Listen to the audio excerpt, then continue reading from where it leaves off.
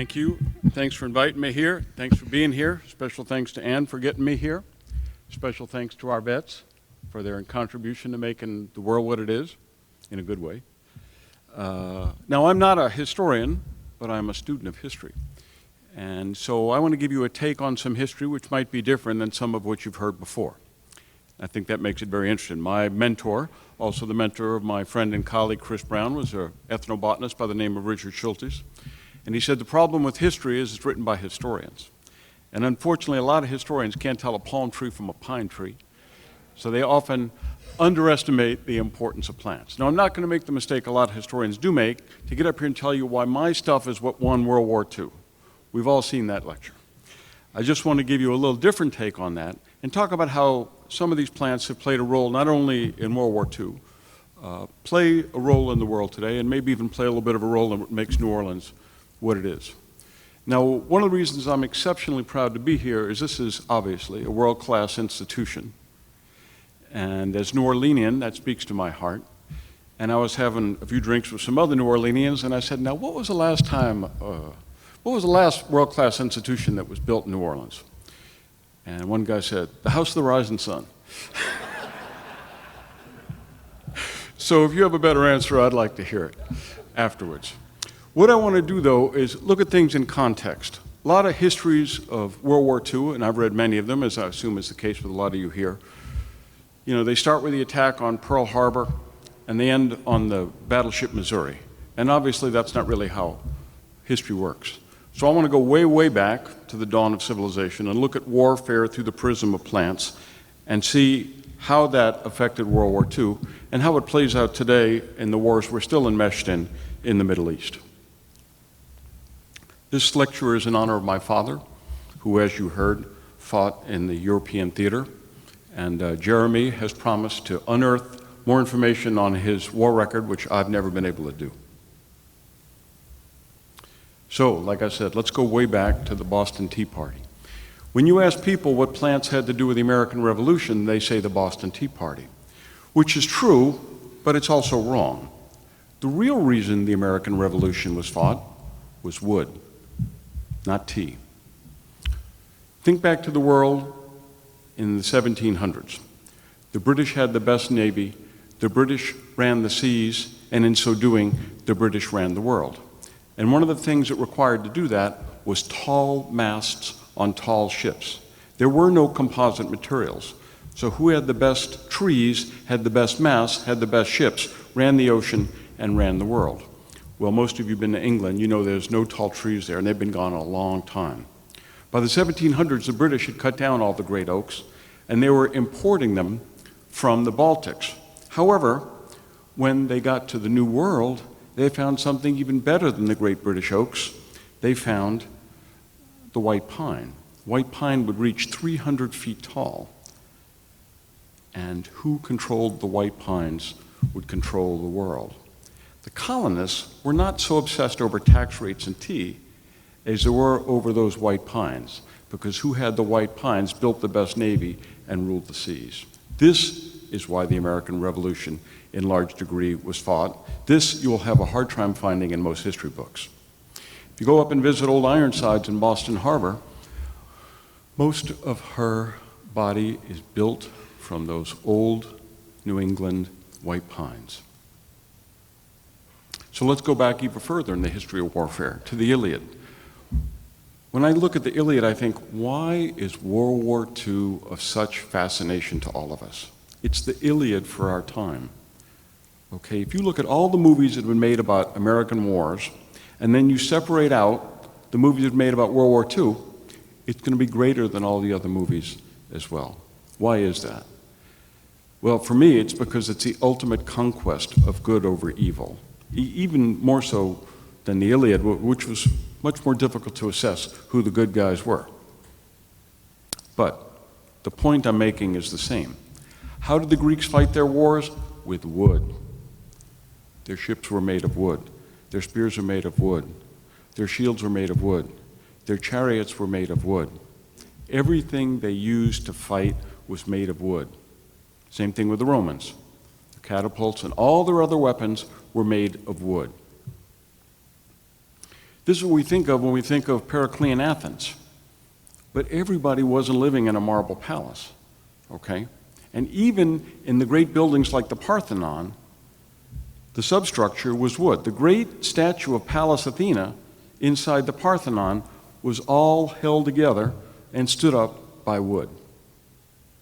When Plato was living, 300 BC more or less, he wrote about the disappearance of forests cloaking the hills of Athens in his lifetime.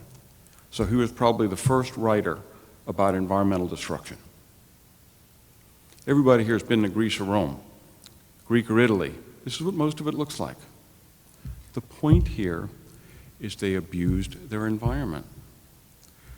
The great Roman army, the terror of the world at the time, could not fight without wood, any more than the American army can fight without oil. The point here is when we misuse natural products, it impedes a lot of what we do, warfare being just one example. Ancient Rome at its height, 1 million people. How did they cook their food? On wood. Think of the toll on these forests. And it's the failure to understand the value of these forests that ultimately doomed ancient Greece and Rome. Now here I want to get back to what I was saying about my mentor talking about history. Okay, how many people have read about the American Revolution being fought over trees? Let me see a show of hands. Okay, I count exactly 0. How many people have read about the fall of ancient Greece and Rome and attribute it to deforestation? 1, okay. 1 weirdo here. This is going to impact what I'm going to tell you about World War II. Now, the great medicine of the Iliad and ancient time is opium poppy. And if you go back and read the accounts in ancient Greece, and even before, it's used to treat pain. But one of the other uses that I find fascinating is this is, in the Odyssey, nepenthe, the drug of forgetting evil things. Now, what does that have to do with World War II? What does that have to do with wars in the Middle East? Post-traumatic stress syndrome. That's what I think they're describing. They called it the drug of forgetting evil things for soldiers who'd been to war. I think they were worrying about the same things we do here.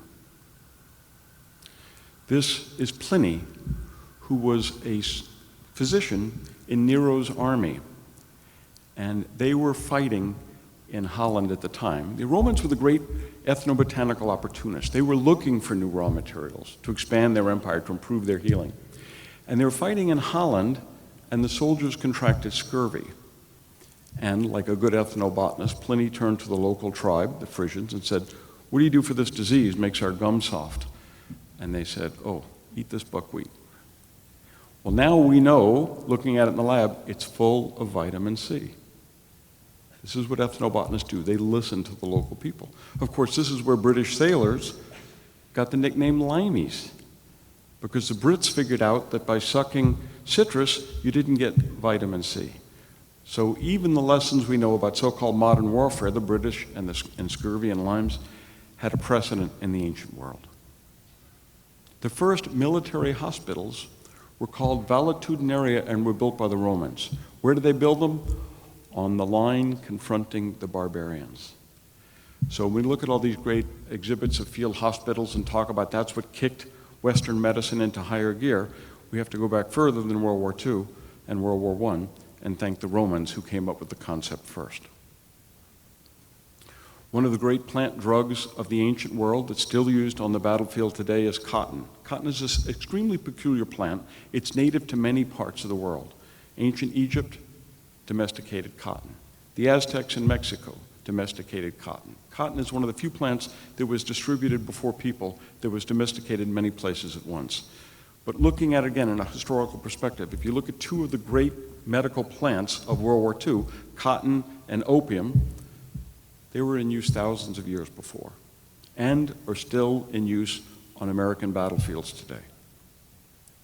Here's my favorite. This is rubber. Okay, rubber is from the Amazon. This is the first description of rubber, 1775, a French ethnobotanist in the Amazon by the name of Aublet, and he said, here's this weird plant that when you cut the trunk, produces this weird sticky stuff, and the Indians pour it all over their feet and hold their feet over the fire. These are the first custom-made Nikes. Okay? So fast forward to the present. The NBA is worth about $20 billion. What is the single most important piece of equipment in an NBA player? His shoes. What are his shoes made of? Natural rubber. NASCAR, $3 billion a year business. Those tires have to be 30% natural rubber. Durability and elasticity. We still can't make synthetic rubber that does what natural rubber does, which is why this is such a key component of the World War II story. This is what it looks like. Now, the trees grow native in the Amazon, and the Brits, who were pretty good at colonialism, took these out of the Amazon, shipped them to Asia, where there were no diseases, and they flourished. Well, all of a sudden, the production of rubber went way up because there were no pests in these places, and they could grow these trees in line. This is Condamine, who did the first explanation of rubber to the Western world in the 1730s. Joseph Priestley, more widely known as the finder of oxygen, found that if you took this natural rubber and you rubbed it on paper, the pencil markings would disappear. He gave it the name rubber. This is Charles Goodyear. In 1839, he vulcanized rubber, which is what made it useful in warfare and other commercial uses, and it's why every military vehicle in here originally had natural rubber in it. 5 years after he vulcanized rubber, he invented the first rubber condom. Now, if you think that's not important, in terms of warfare, you should know that before this, condoms were made of paper, leather, lamb intestines, and tortoiseshell. So again, this is ethnobotanical history that is rarely reported. But the problem when rubber was discovered and the demand went up thanks to Goodyear's work is that Indians were enslaved, mutilated, and killed in the Amazon to produce more rubber. And it's why the Brits moving rubber to the old world, which is one of the things that set World War II in motion, was a very good thing in terms of human rights, because the demand in South America disappeared and these Indians were set free. This is Fordlandia. Henry Ford, understanding the commercial and perhaps the military importance of rubber, cut down a lot of rainforest in Brazil and planted rubber trees, and they all died. And the reason is because he, even with all the money and Western smarts he had, he couldn't beat local pests and diseases. And it's why rubber took off in Asia as a business. And this is what it led to. Because the Japanese move into Southeast Asia was to take over the oil, take over the rubber, take over the quinine. Overnight, 90% of our access to natural rubber disappeared.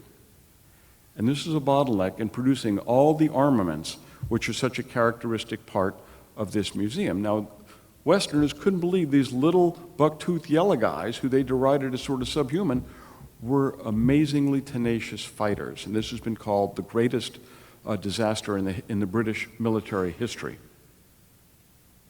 As you saw in the flyer, a Sherman tank.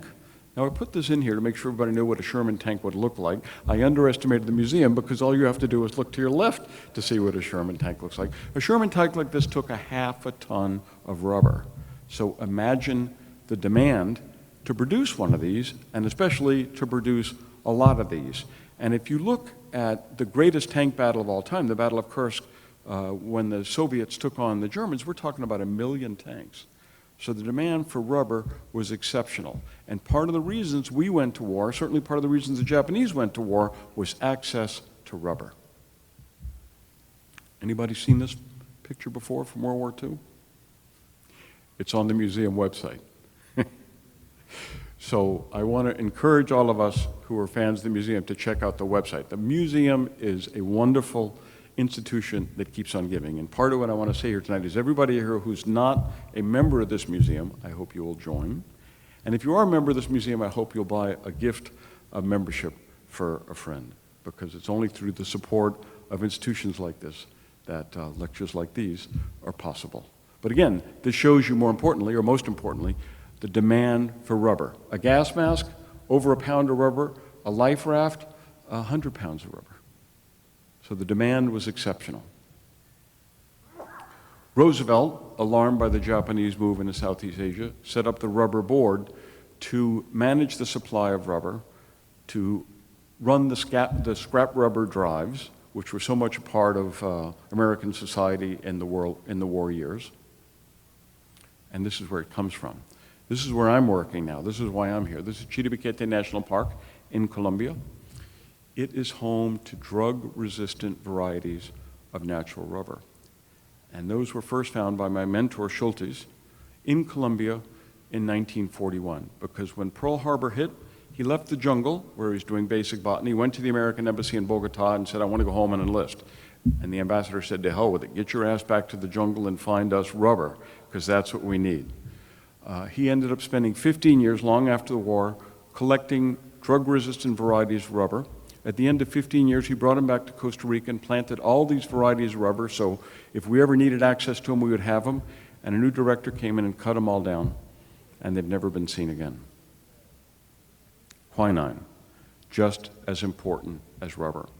What you do find in many histories of the Pacific War is more American soldiers were taken out of combat by malaria than they were by Japanese bullets. There's famous stories of atabrine, which turned people yellow, but wasn't really very good at fending off malaria.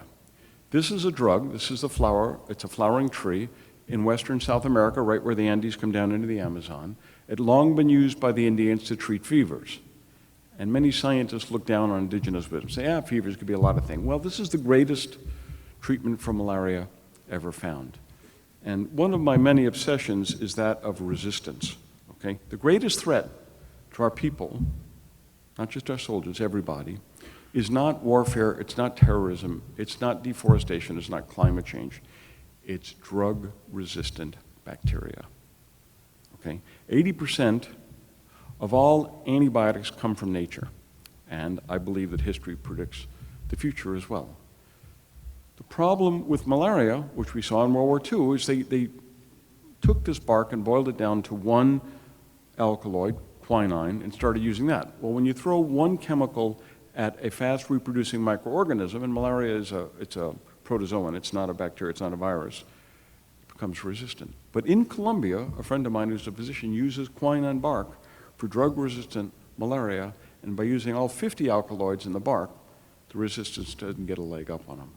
So, like with rubber in World War II, like with quinine in World War II, going back to nature is still worthwhile. This is what the bark looks like. It's a long and fascinating story. This was known as Jesuit bark. The church had a monopoly on this for a while.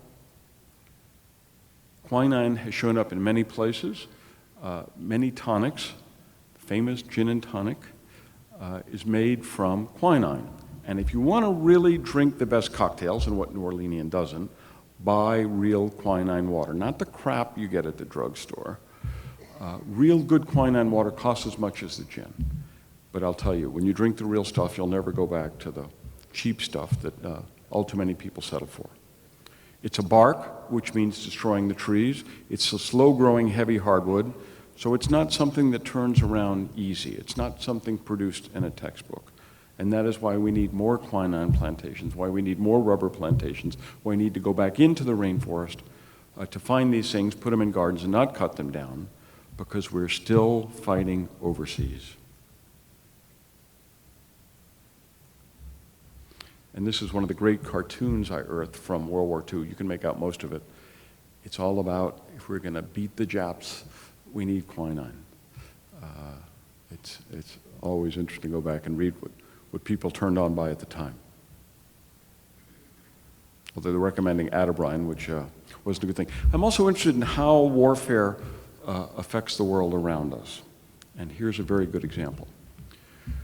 Napoleon was cut off by the British blockade, and he said, we'll just grow everything here. And that's hard to do in an interconnected world. Okay, where does sugar come from? The tropics. Sugar cane is native to New Guinea. How are you going to grow sugar in Europe? Where does coffee come from? The tropics. Coffee is originally from the highlands of Ethiopia. So Napoleon sponsored a contest, and some of the farmers in France were able to grow beets, sugar beets, so rich in sugar that they were able to extract the sugar from them. So that was a successful exercise. Napoleon also sponsored a contest to who could come up with the best coffee substitute. Well, that failed. This was the best people came up with. Who knows what this is? It's chicory, okay? So you can't give up coffee to drink chicory, but coffee with some chicory in it tastes pretty good, right? So the origin of New Orleans coffee and chicory had to do with Napoleon sponsoring contests to get people to grow stuff in Europe. And it all came about because of warfare. But again, looking at this as a continuum, it's not just about coffee and World War II. Coffee goes way back. How coffee fueled the Civil War. If you go to the battlefield in Antietam, there is a monument to William McKinley, because in the heat of battle in Antietam, he ran through the battleground serving everybody hot coffee. Why this merits a monument is beyond me, but he parlayed this into a grand political career, and there is a monument on this battlefield commemorating it. Oops. This is an exhausted soldier after a battle in the Pacific. What did they want after battle? Coffee and sugar.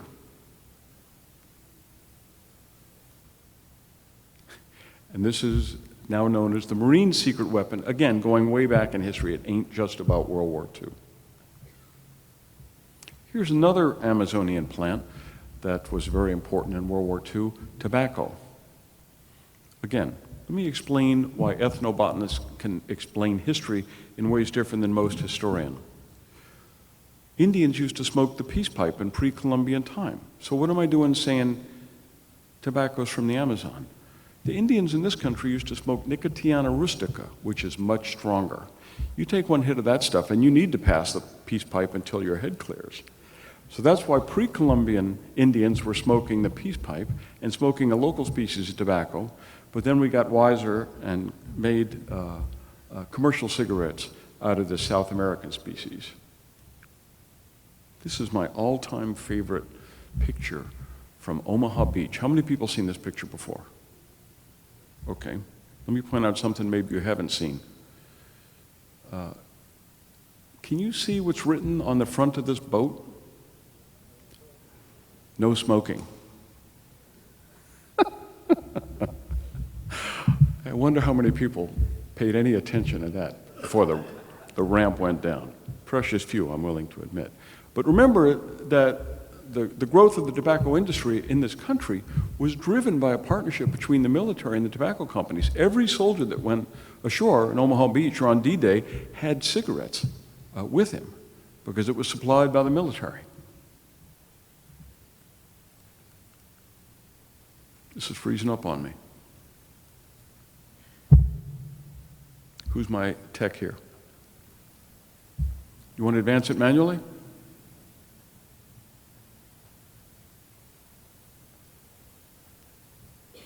Good. Okay.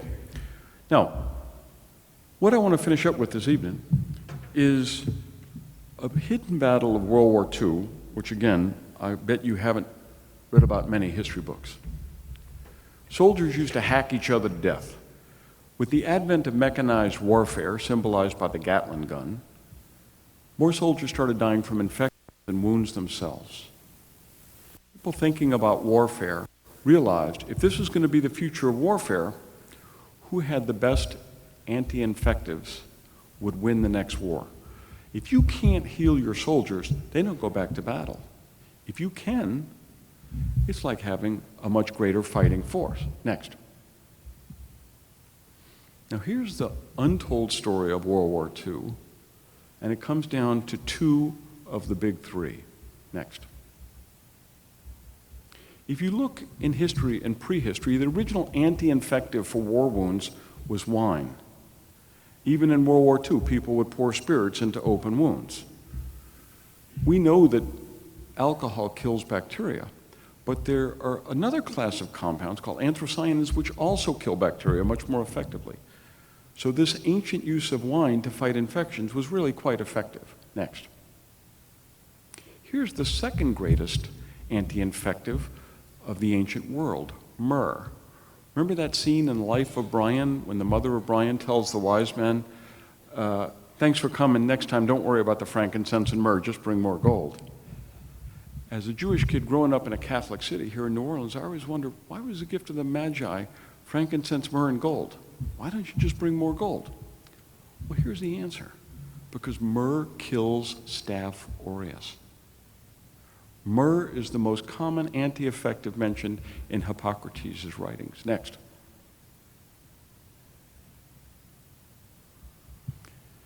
This is a letter I dug out from Lieutenant Meekly to the Pharaoh, 1400 BCE. Guess where he was fighting? Palestine. Things don't change. But when you are asking for more troops and more myrrh, this isn't something to make the tent smell better. This was a matter of life and death. This was an anti-infective. Next. The first anti-infective was not penicillin. It was made from a red dye, 1939, Gerard Domach, a German, next, who was working with artificial red dyes made from coal tar and came up with Prontosil, which was the first manufactured antibiotic, and it was useful for strep bacteria. And here's where it gets really interesting. Next. Winston Churchill, in the early years of World War II, came down with an infection and was cured by Prontosil. How ironic is that? Next. Of course, the great inventor in the realm of antibiotics is Alexander Fleming, a Scot, so I can't say he was British, given the referendum that's coming up. Next. Who noticed that this mold was killing Staph aureus, one of the great wound bacteria. Fleming was in the trenches in World War I, so he was definitely on the lookout for something that could fight battlefield wounds. Next. And of course, it had many other uses important to the military. Next. Next. Next. Again, soldiers who had wounds that they would have died of rose once again, Lazarus-like, and were able to fight again. Next. Every American medic that landed on D-Day had penicillin in his pouch. That was a very powerful secret weapon. Next. But here's something also interesting in terms of an untold history of the war. This is Georgy Iliad. He was a Georgian, part of the Soviet Union, and he came up with the idea of using viruses that would eat bacteria. These are called bacteriophages. And this is what Soviet soldiers carried into battle in World War II. Next. The Iliad Institute was built by him. It still stands in Tbilisi, where I took this picture. Next. And remember that Stalin was not a Russian, he was a Georgian. So he supported the building of this. So here are the three great forces of the European theater, and each brought their wound medicine to battle. Prontosil by the Germans, bacteriophage by the Russians, and the best of all, antibiotics by the Brits and the Americans. Next. Here's Iliad on the right with his colleague Felix Darel, a French-Canadian. The bad news here is that he fell afoul of Lavrenti Beria and was murdered in Stalin's purges, which set back bacteriophage therapy many decades, but as drug-resistant bacteria infests all of our hospitals and kills somewhere between 100 and 300,000 Americans a year, I predict that bacteriophage will once again find its way into our soldiers' medical kits and into our hospitals as well. Next. Next. So I want to close with the story of I-52.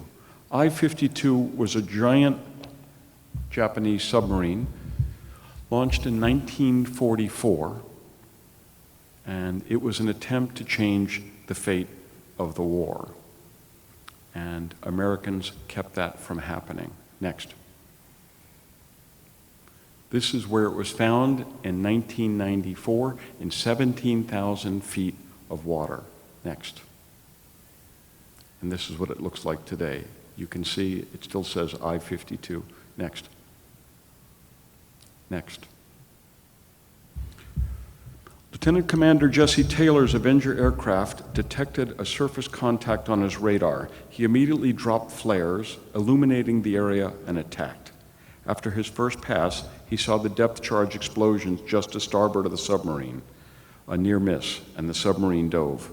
Taylor dropped a purple sonobuoy, a newly developed underwater microphone that floats on the surface, picks up underwater sounds, and transmit them to the aircraft. Hearing what sounded like submarine propeller sounds, he then began a torpedo attack, dropping a Mark 24 Mark torpedo, which had been developed by the Harvard Underwater Sound Lab, which honed in on the sounds of the submarine. It was designed to be a mission kill weapon to damage the submarine so that it would have to surface and be captured rather than destroy it. Within minutes of dropping the torpedo, the sonobuoys detected the sounds of an explosion and a hull breaking up. Later, the USS Janssen reached the site and found flotsam, a ton of raw rubber, a piece of silk, and human flesh. Next. When they went down to the wreck, what they found in it was gold, opium, quinine, and rubber. So these strategic materials clearly played a role. Next. I want to finish with something that's afflicted the military for over 100 years, and that's Leishmaniasis. As early as the Brits in the deserts of Iraq in 1900 began contracting what they called the Baghdad boil. Next. This is a protozoan which eats into your flesh, and if it's untreated, next. This is what happens. The current treatment for this, by the best Western medicine, is shots of antimony, a heavy metal, expensive, painful, and bad for your heart. Next. But the Indians with whom I work, and you see the great shaman Amashina on the right here, have a treatment for this disease because it also occurs in the Amazon. They take 3 plants, they boil it down, and they apply it over the course of a week. This works. Next. It may not look appetizing. Next. But how ironic would it be if Stone Age Indians carrying wooden bows and arrows provide the medicines to heal 21st century military carrying laser-guided weapons, but unable to heal it without the use of natural products and indigenous wisdom. Thank you very much.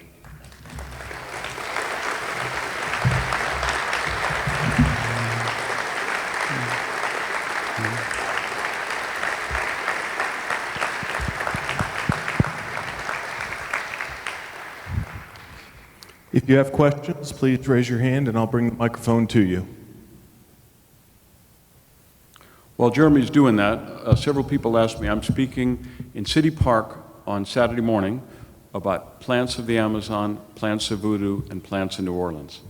So if you want to hear more about ethnobotany, please join us then, and we'll have some flyers at the door.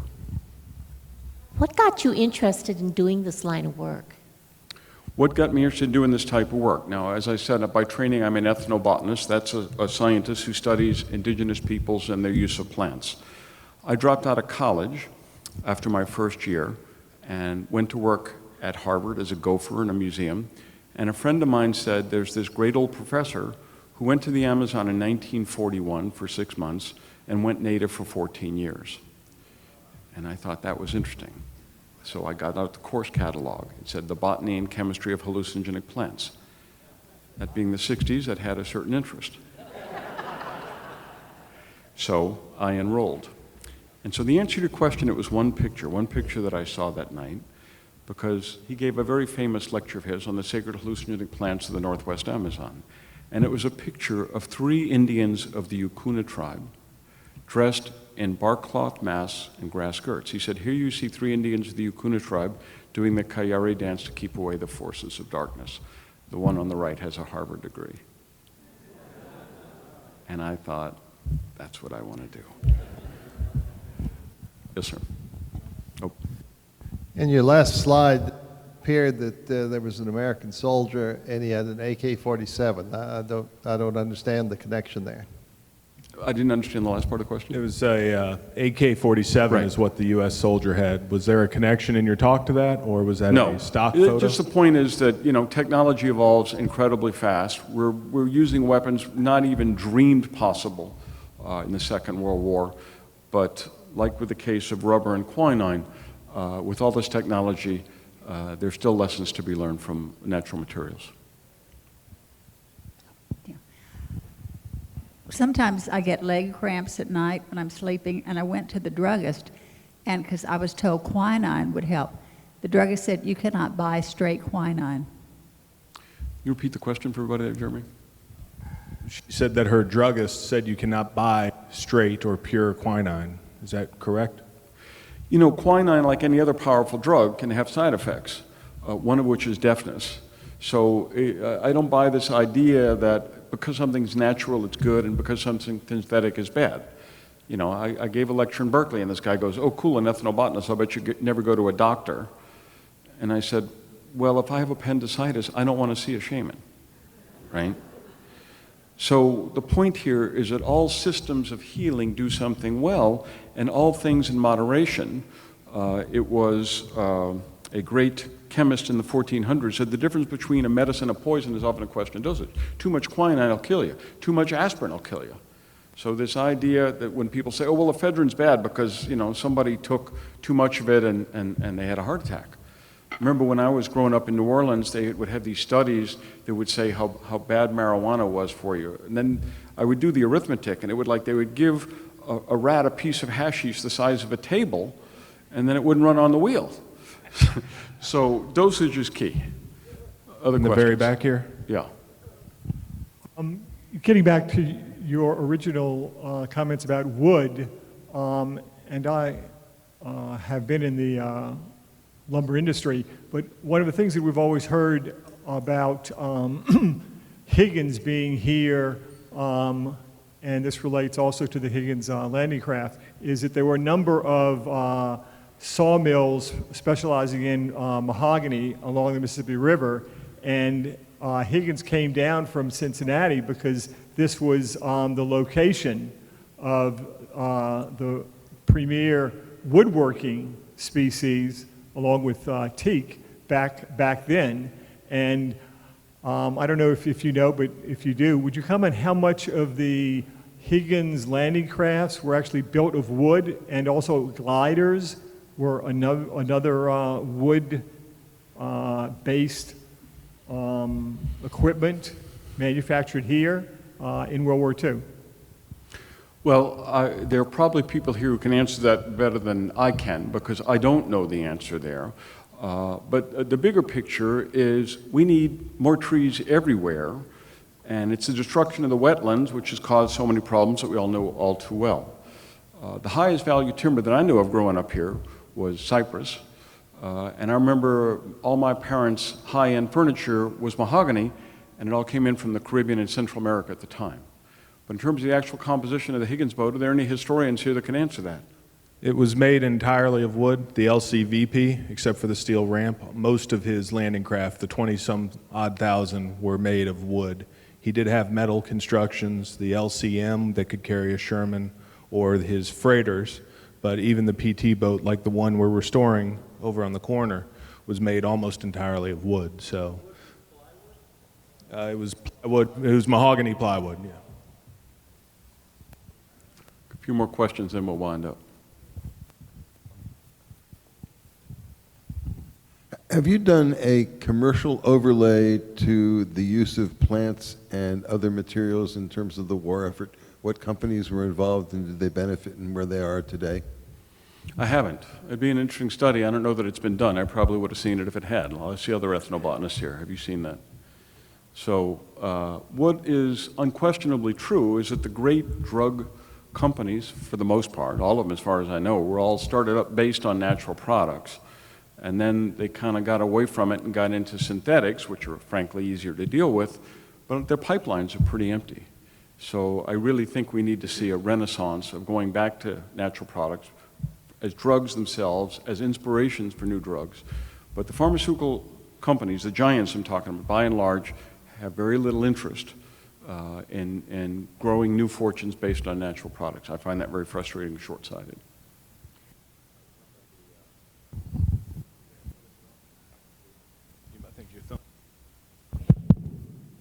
As far as the rubber tree goes, you mentioned how much rubber was needed for a Sherman tank. How much rubber could be harvested from one tree, and did it damage? I can't give you that answer just shooting from the hip. Certainly it's gone way up in plantation, which is basically how agriculture works.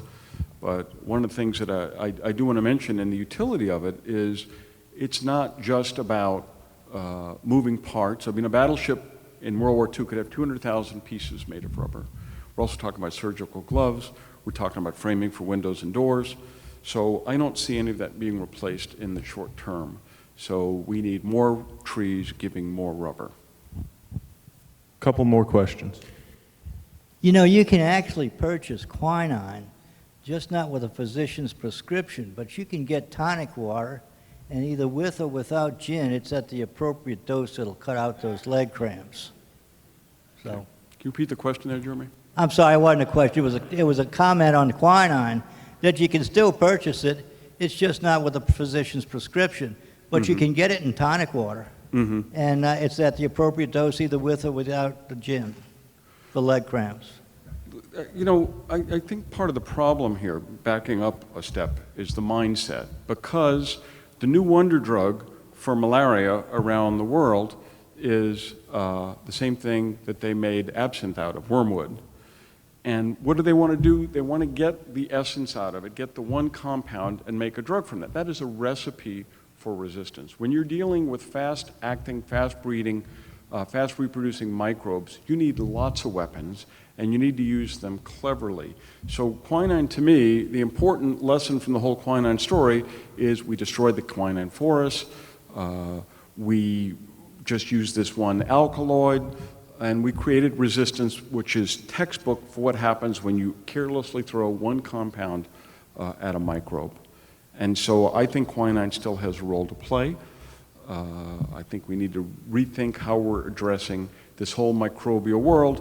World War II is one textbook example of how not to use Mother Nature's greatest gifts. You know, we won the war and we moved on, but we're still making those mistakes with antibiotics that we made over and over again with quinine. I'm surprised to learn from you today that natural rubber is superior to artificial rubber, because I had thought that it was, I guess during World War II, that the Germans developed a way of making artificial rubber, and all the chemistry that has gone into industrial production ever since then, and yet natural rubber is still superior. The bottom line is that durability and elasticity, the Germans during the war, the Americans during the war, could not come up with a rubber substitute which could 100% replace natural rubber, and we still can't. Look, if you're looking at the NBA worth $20 billion and they're still using natural rubber in their shoes, why would they do that unless they had to? Because the other stuff isn't as good. And when you look at the way the technology has changed in the 60, 70 years since the war, and we're still using natural rubber, it just goes to show you that, as Leonardo da Vinci said, Mother Nature is the ultimate chemist. And as a friend of mine once said, chemists come up with weird chemicals in their wildest dreams. But Mother Nature, in her infinite wisdom, has come up with chemicals too infinite to name in her wildest dreams, and also came up with those chemists as well. Mark, that was a wonderful lecture. This is a more general question. Your experience in the Amazon clearly would naturally come up with medications and things that we would know about. But it always puzzled me how the isolation of the Axis scientists from the American forces, how the sciences, just the isolation of the scientists of that period of time, how they evolved such completely different, they went off in completely different directions. And it makes me so any scientific work now gets published immediately Right. around the world, that how it might be more interesting if scientists were working in isolated pockets, Right. that they might be not all working in the same, but possibly going off in more productive directions. Yeah. You know, it does show the incredible human capacity for wisdom and genius and invention when you had the Germans working in isolation, the Soviets working in isolation, and the American, British, Scottish Axis working apart from the other two, and they came up with 3 means of treating battlefield wounds. And so maybe this whole point that we live in an interconnected world, everybody's talking to everybody, everything, maybe there's a little bit of a damper on creation because of this. It's kind of an ironic concept, but one worth exploring, I do think. Thank you very much, Dr. Plotkin. Okay. Thank you all again.